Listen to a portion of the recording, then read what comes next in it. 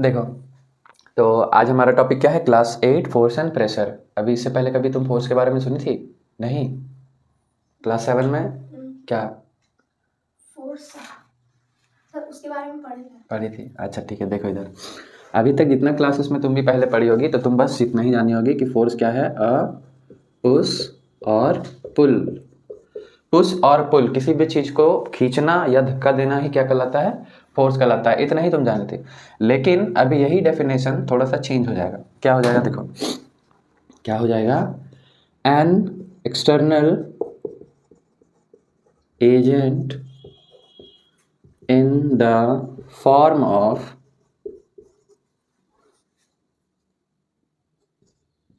push or pull that may or may not change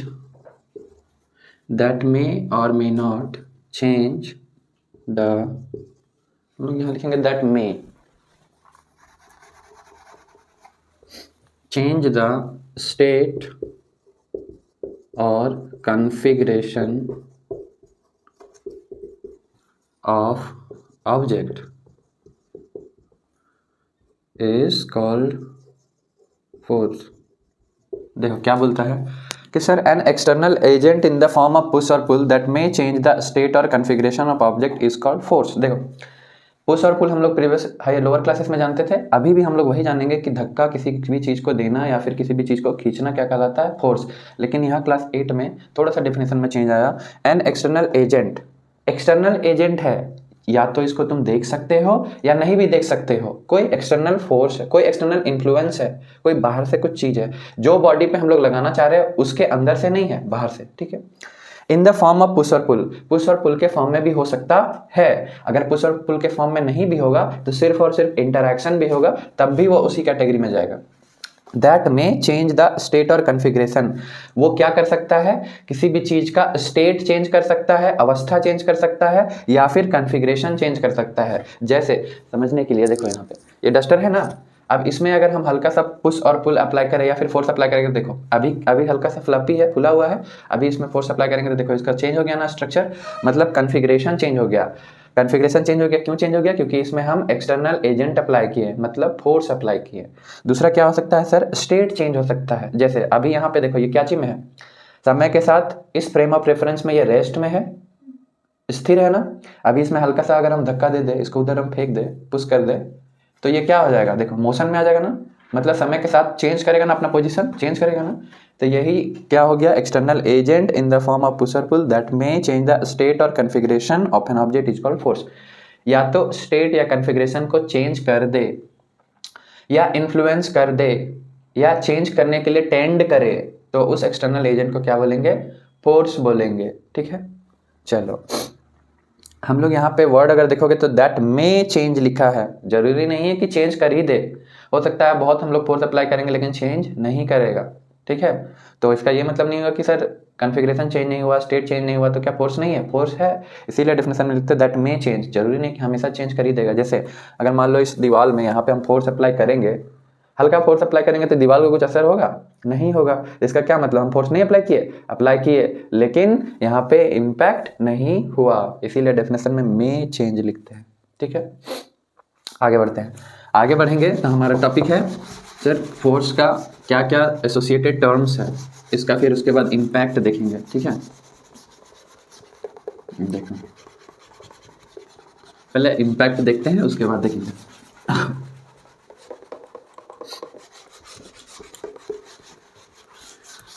तो force apply करने से क्या क्या चेंज आ सकता है? क्या क्या चेंज आ सकता है? देखो क्या क्या चेंज आ सकता है, बताते हैं। इफेक्ट ऑफ फोर्स, फोर्स का क्या क्या इफेक्ट है? तो सर फोर्स का बेसिकली दो ही इफेक्ट है। फोर्स का क्या इफेक्ट है? दो ही इफेक्ट है। Force can bring change in state, state में चेंज ला सकता है। अब स्टेट में चेंज ला सकता है, उसका क्या क्या मतलब है? कि कोई बॉडी अगर रेस्ट में है तो उसको मोशन में ला देगा। कहाँ ला देगा? रेस्ट से मोशन में, या फिर कोई बॉडी अगर मोशन में है तो उसको रोक सकता है, उसको कहाँ पहुँचा देगा, रेस्ट में पहुँचा देगा, या फिर किसी भी बॉडी का डायरेक्शन को चेंज कर देगा। क्या कर देगा, डायरेक्शन को चेंज कर देगा। तो यही तीनों चेंज मेरा किस में आता है, स्टेट में आता है। ये एक कैटेगरी, एक तरह का चेंज। दूसरा क्या होगा, कॉन्फ़िगरेशन में चेंज होगा। फोर्स कहाँ चेंज होगा, force can bring change in configuration. आटा शांति हो, आटा शांति हो तो आटा जब शांति हो तो सर्कुलर टाइप का उसका डो रहता है ना, उसको फिर जब रोटी बनाने के लिए उसको लोई करती हो, फिर छोटा हो जाता है, शेप चेंज हो गया, पहले बड़ा में था फिर छोटा हो गया, फिर उसमें बेलन से जब फिर फोर्स लगाती हो तो वो फिर फ्लैट हो जाता है ना, फिर चेंज हो गया शेप और साइज। तो ये सब क्यों हो रहा था, वहाँ पे क्या अप्लाई की तुम, हाथ से फोर्स अप्लाई की, इसीलिए फिर चेंज हो गया। ठीक है, देखो तो वही हम लोग लिखेंगे, इसका कॉन्फ़िगरेशन में भी चेंज ला सकता है। तो कॉन्फ़िगरेशन कहने का मतलब है change in shape, change in shape, और क्या, तो चेंज इन साइज, साइज में भी चेंज ला सकता है। तो ये मेरा क्या हो गया, इफेक्ट ऑफ फोर्स। अगर इसको दो शब्द में अगर तुमको बताना हो तो सिर्फ बोलोगे कि स्टेट में चेंज आएगा और कॉन्फ़िगरेशन में चेंज आएगा। अब जब स्टेट का बात कर रहे हैं तो इसका मतलब है कि कोई रुका हुआ बॉडी को हम चलता हुआ कर मोशन में भेज सकते हैं, या कोई मोशन में जो बॉडी है उसको रोक सकते हैं, या फिर किसी डायरेक्शन में चल रहा है उसका डायरेक्शन को चेंज कर सकते हैं। समझी, ठीक। अब देखो उसके बाद यहाँ कॉन्फ़िगरेशन का जब बात किया तो चेंज इन शेप और चेंज इन साइज, इसमें से तुमको याद रखना कुछ नहीं है, बस समझना है कि स्टेट मतलब क्या बोल रहे हैं सर और कॉन्फ़िगरेशन का मतलब क्या बोल रहे हैं। तो दो चीज़ क्लियर हो गया, फोर्स क्या है, फोर्स के चलते क्या क्या चेंज आता है, फोर्स के चलते क्या चेंज आता है, दो ही चेंज आता है, स्टेट और कॉन्फ़िगरेशन। स्टेट बोलने का मतलब ये तीनों है, कॉन्फ़िगरेशन बोलने का मतलब शेप और साइज है। ठीक है, आगे बढ़े, ठीक है आगे बढ़ते हैं। देखो अब हम लोग जानेंगे कि फोर्स को कैसे लिखते हैं, किस तरह से दर्शाते हैं। ठीक है, उसका यूनिट क्या है, सारा फिजिकल क्वांटिटी का यूनिट होता है, पता है ना। जैसे मास, मास है तो मास को हम लोग किस यूनिट में बताते हैं, केजी में बताते हैं कि ग्राम में बताते हैं, क्या चीज में बताते हैं, हाँ केजी में बताते हैं। देखो सारा फिजिकल क्वांटिटी का क्या होता है, यूनिट होता है। ठीक है, तो फोर्स का भी यूनिट होता है। तो देखते हैं क्या यूनिट होता है सर, यूनिट ऑफ फोर्स। सबसे पहले कोई भी यूनिट को या फिर कोई भी क्वांटिटी को अगर हम लिखते हैं तो उसमें दो चीज आता है, एक आता है नंबर, दूसरा आता है उसका यूनिट। ठीक है, तो पहले इसका यूनिट देख लेते हैं, फिर हम लोग रिप्रेजेंट कैसे करते हैं वो बताएंगे। तो यूनिट है फोर्स का, SI unit of force is Newton. क्या है, न्यूटन। इसको या तो NEWTON लिखते हैं या फिर कैपिटल N लिखते हैं। क्या लिखते हैं, कैपिटल N। ठीक है, तो फोर्स का क्या ऐसा यूनिट हो गया, न्यूटन। ठीक, अब दूसरा इसका CGS यूनिट भी होता है, छोटा यूनिट भी होता है, लोअर यूनिट भी होता है। देखो यूनिट अलग अलग तरह का होता है, एक हो गया ऐसा यूनिट जो हम लोग जानते हैं बहुत सारा फिजिकल क्वांटिटी का, और भी यूनिट होता है जैसे MKS, CGS, FPS। अलग अलग जगह पे अलग अलग यूनिट सिस्टम फॉलो होता है। हमारे यहाँ फॉलो होता है MKS, और CGS क्या होता है, छोटा यूनिट होता है सर, इन्हीं यूनिट्स का छोटा यूनिट। ठीक है, तो जैसे SI यूनिट फोर्स का न्यूटन है ना, तो उसी तरह से इसका CGS यूनिट भी होता है। CGS unit of force is dyne. क्या होता है, डाइन। ठीक है, दो यूनिट देख लिए, और जो आपको जानना है, तुम्हारे क्लास में जानना है 8 क्लास में, वो ये जानना है कि ऐसा other unit, other unit, other unit में पहला KGF, किलोग्राम फोर्स। ठीक है, दूसरा ग्राम फोर्स, ग्राम फोर्स, यहाँ पे क्या हो गया, किलोग्राम फोर्स, यहाँ पे क्या हो गया, ग्राम फोर्स। ठीक है, अब सर इतना तो यूनिट हम जान गए। जब हम लोग मैथमेटिक्स सॉल्व करेंगे, इसका न्यूमेरिकल कुछ बनाएंगे, तब फिर इसके बारे में हम तुमको अच्छा से और बताएंगे। ये हो गया यूनिट, ठीक है। अब आ जाओ थोड़ा सा कि सर रिप्रेजेंट कैसे करते हैं। अब जैसे कोई भी संख्या है या कोई भी चीज़ है, जैसे तुम मान लो सामान खरीदने ही अगर बाजार जाती हो या कभी पापा के साथ बाजार गई होगी, तो फिर बोलते होंगे ना कि हमको 2 kg आलू दीजिए या फिर 5 kg आटा दीजिए, है ना। तो जब भी हम लोग ये चीज़ बोलते हैं तो उसमें 2 चीज़ आता है। एक तो सबसे पहले क्या आ गया, नंबर, क्या आ गया, नंबर, और दूसरा यूनिट, उसका यूनिट, कि वो जो क्वांटिटी हम लोग खरीदना चाह रहे हैं वो किस यूनिट में है, कितना है नंबर बताएगा, और किस यूनिट में है वो यूनिट बताएगा, ठीक है। देखो ये बताता है क्वांटिटी का amount, amount of quantity, amount of quantity, और ये बताता है यूनिट, ठीक है। उसी तरह अगर फोर्स को भी हम लोग रिप्रेजेंट करेंगे तो हम लोगों को नंबर चाहिए होगा और यूनिट चाहिए होगा। तो यूनिट तो हम तुमको बता दिए। अब मान लो कि किसी भी संख्या में, सॉरी किसी भी ऑब्जेक्ट में अगर कुछ फोर्स लग रहा है और उसको हम मेजर कर लिए हैं, नाप लिए हैं, और पता चल गया हमको कि उसका जो मैग्नीट्यूड है, जैसे ये अमाउंट ऑफ क्वांटिटी है ना, इसी को बोलते हैं मैग्नीट्यूड। क्या बोलते हैं, मैग्नीट्यूड। तो अगर हमको मैग्नीट्यूड पता चल जाएगा तो हम न्यूटन के साथ लगा के बोलेंगे कि हाँ इतना न्यूटन फोर्स इस ऑब्जेक्ट पे लग रहा है। एग्जाम्पल के लिए 5 न्यूटन, जैसे वहाँ केजी लिखते थे यहाँ न्यूटन आ गया, क्यों, क्योंकि फोर्स का ऐसा यूनिट न्यूटन है। और 5 मेरा क्या हो गया, नंबर वैल्यू, जो क्या बताता है, मैग्नीट्यूड बताता है, ठीक है। तो यहाँ तक ये हो गया। अब हम लोग थोड़ा सा आगे बढ़ेंगे और टाइप्स के बारे में जानेंगे। फोर्स का टाइप जो आप लोगों को पढ़ना है क्लास 8 में, ठीक है।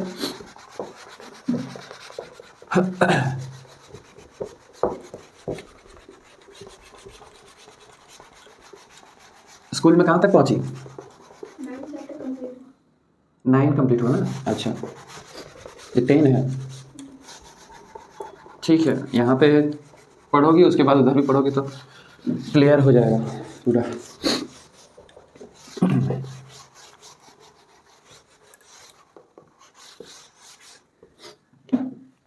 देखो टाइप्स ऑफ फोर्स,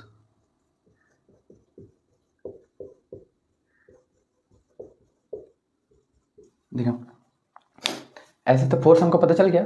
अब फोर्स बहुत तरह का होता है सर, बहुत तरह का होता है। हम लोगों को इससे पहले भी 1-2 नाम तुम सुनी होगी, बाद में जाओगी तो और भी बहुत सारा पढ़ोगी, लेकिन यहाँ पे हम लोगों को लिमिटेड रखा है, हम लोगों को लिमिटेड रखा है। अब लिमिटेड रखा है तो सर क्या बताना चाह रहा है, फोर्स को बेसिकली 2 बड़े कैटेगरीज में बांट दिया है, जिसमें एक कैटेगरी है जो तुमको पढ़ना है और एक कैटेगरी तुमको पढ़ना नहीं है। देखो सर अलग अलग बेसिस पे फोर्स को हम लोग बांटते हैं। तो जो बेसिस हम लोगों को पढ़ना है क्लास 8 में वो है on the basis of interaction या फिर on the basis of physical interaction, इसको बोल दे, ठीक है। जैसे on the basis of physical interaction, ठीक है। अब फिजिकल इंटरैक्शन के बेसिस पे 2 हिस्सों में फोर्स को बांटा गया, वही हम लोगों को पढ़ना है। तो सर जो 2 हिस्सा है वो क्या है, एक है मेरा कांटेक्ट फोर्स, दूसरा नॉन कांटेक्ट फोर्स। ऐसा फोर्स जो 2 ऑब्जेक्ट, 2 बॉडी के कांटेक्ट होने के चलते निकल रहा हो या प्रोड्यूस हो रहा हो या फिर रिजल्ट हो रहा हो, उसको कांटेक्ट फोर्स बोलेंगे। और ऐसा फोर्स जिसमें फिजिकल कांटेक्ट दिखता नहीं है, इंटरैक्शन मॉलिक्यूल्स का होता है लेकिन सर फिजिकल इंटरैक्शन नहीं होता, तो वो नॉन कांटेक्ट फोर्स हो जाएगा। और जिसमें फिजिकल इंटरैक्शन हो रहा है उसमें कांटेक्ट फोर्स। जैसे एग्जाम्पल अगर हम देखना चाहें कांटेक्ट फोर्स का, देखो हम लोग चलते हैं ना, तो हम लोग चलते हैं तो हमारा पैर किसके कांटेक्ट में है, जमीन के कांटेक्ट में। तो मेरा पैर और जमीन के बीच में जो फोर्स क्रिएट हो रहा है ना, वो कौन सा कैटेगरी में चला जाएगा, कांटेक्ट फोर्स की कैटेगरी में। और वही फोर्स को हम लोग बोलते हैं फ्रिक्शनल फोर्स। क्या बोलते हैं, नाम देखो लिखा हुआ फ्रिक्शनल फोर्स कांटेक्ट में।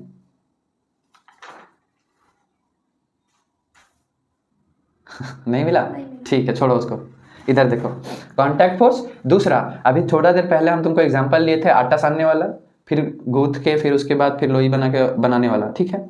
उसमें तुम क्या कर रहे थे, अपना हाथ से आटा का मॉलिक्यूल्स को इंटरैक्ट की, उससे फिर तुम लोई बनाई, फिर बनाई रोटी, तो अब तुम्हारा हाथ क्या कर रहा था, उसमें फोर्स अप्लाई कर रहा था, तो वहां पे भी तो फोर्स था ना। तो हमको इन दोनों में अगर बांटना हो उस फोर्स को, हाथ से जो लगा रही थी, तो उसको किस में रखेंगे, कांटेक्ट में। क्यों? क्योंकि मेरा फिजिकल इंटरेक्शन वहां पे हो रहा है। तो ह्यूमन बॉडी पार्ट्स के चलते किसी भी तरह का जो फोर्स अराइज हो रहा है जिसमें फिजिकल टच है उसको बोलते हैं, जिसमें मसल्स रिस्पॉन्सिबल है उसको बोलते हैं मस्कुलर फोर्स। क्या बोलते हैं? Muscular force. तो कांटेक्ट फोर्स के अंदर दो हम लोग देख रहे हैं अभी, फ्रिक्शनल फोर्स और मस्कुलर फोर्स। उसी तरह अभी तुम देखो सर, बहुत सारा फोर्स ऐसा है जिसमें इंटरेक्शन होता ही नहीं है, फिजिकल इंटरेक्शन होता ही नहीं है, no physical interaction, no physical interaction, ठीक है, फिजिकल इंटरेक्शन, ठीक है। अब देखो no physical interaction, physical interaction, इसमें क्या क्या एग्जांपल दिए? फ्रिक्शन, इसके रिगार्डिंग पूरा का पूरा एक चैप्टर है तुमको पढ़ना, इसके आगे वाला सिर्फ इसी पे। अभी क्या देख रहे हैं? फ्रिक्शन, दूसरा मस्कुलर फोर्स, ठीक है। उसी तरह इसमें ग्रेविटेशनल फोर्स, कोई भी चीज ऊपर जाता है तो कहाँ जाता है फिर वो वापस नीचे की तरफ ना, क्यों? आगे उस पर फोर्स लग रहा है, कौन सा फोर्स? कौन सा फोर्स लग रहा है? ग्रेविटेशनल फोर्स लग रहा है। अभी तुम नहीं जानती हो, 9th क्लास में चली जाओगी तो अच्छे से पढ़ोगी, अभी थोड़ा सा इंट्रोडक्शन हम लोग देखेंगे, ठीक है।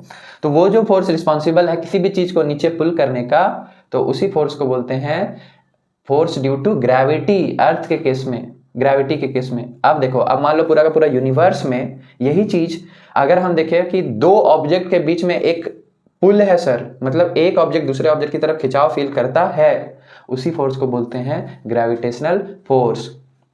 तो कोई भी चीज ऊपर अगर हम फेंक रहे हैं और वो नीचे जा रहा है तो वो सिर्फ और सिर्फ ग्रेविटेशनल फोर्स के चलते जा रहा है, ठीक है।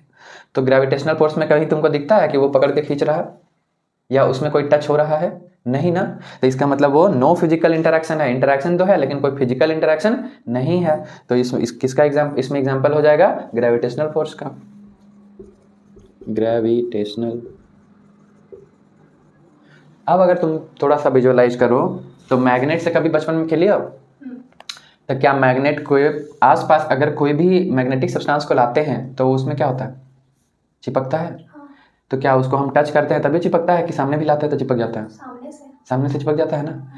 तो वहाँ पे तो सर ऐसा तो दिखा नहीं कि फोर्स मेरा एकदम फिजिकल इंटरेक्शन होने के बाद हुआ। जैसे मान लो ये मैग्नेट है, ये मैग्नेट है और ये मैग्नेटिक सब्सटेंस है, मान लो लोहा है, यहाँ तक लाएंगे, जितना दूर तक इस मैग्नेट का पावर रहेगा, इसका फील्ड रहेगा, उसके अंडर आया तो उसके बाद चिपक जाएगा तुरंत, है ना। तो यहाँ पे भी तो शुरुआत से ही तो नहीं चिपक के फोर्स एग्जर्ट हुआ, ये तो सर इन्फ्लुएंस में आ गया तो फोर्स लग गया। तो यहाँ पे भी फिजिकल कांटेक्ट या फिजिकल इंटरेक्शन एज सच नहीं है। तो यहाँ पे भी मैग्नेटिक फोर्स किसका एग्जांपल हो जाएगा?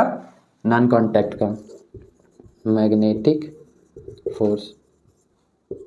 फिर क्या है सर? इसी तरह एक होता है इलेक्ट्रोस्टैटिक फोर्स। इलेक्ट्रोस्टैटिक फोर्स, वहाँ दो चार्जेस के बीच में, एक चार्ज बॉडी दूसरे चार्ज बॉडी पे या फिर एक चार्ज बॉडी दूसरे अनचार्ज बॉडी पे जो फोर्स एक्सर्ट कर रहा है उसको बोलते हैं इलेक्ट्रोस्टैटिक फोर्स। वहाँ पे भी कोई फिजिकल इंटरेक्शन नहीं होता। Electrostatic force. देखो अब इस चैप्टर में 1 2 3 4 5 इन्हीं पांचों का डेफिनेशन तुम पढ़ लोगी और समझ लोगी तो उसके बाद ये टॉपिक तुम्हारा खत्म हो जाएगा। अभी कंटिन्यू कर देते हैं। देखो फ्रिक्शन सबसे पहला। सर फ्रिक्शन क्या हो गया? The opposition force, the force that opposes the relative motion. अगर मान लो कि देखो जैसे ये सरफेस है, यहाँ पे चल रहा है एक आदमी, ठीक है। तो सर जब चल रहा है तो देखती हो कि रोड में जब चलते हैं तो हमको चलते चलते थोड़ा देर के बाद थकान हो जाता है। उसी तरह अगर मान लो कि ये रोड अगर ऐसे है, थोड़ा सा ऊंचा है, अब चल रहे हैं तो और ज़्यादा थकान होता है ना। तो एक्चुअली सर हो क्या रहा है? पैर दर्द करने लगता है। क्या हो रहा है सर?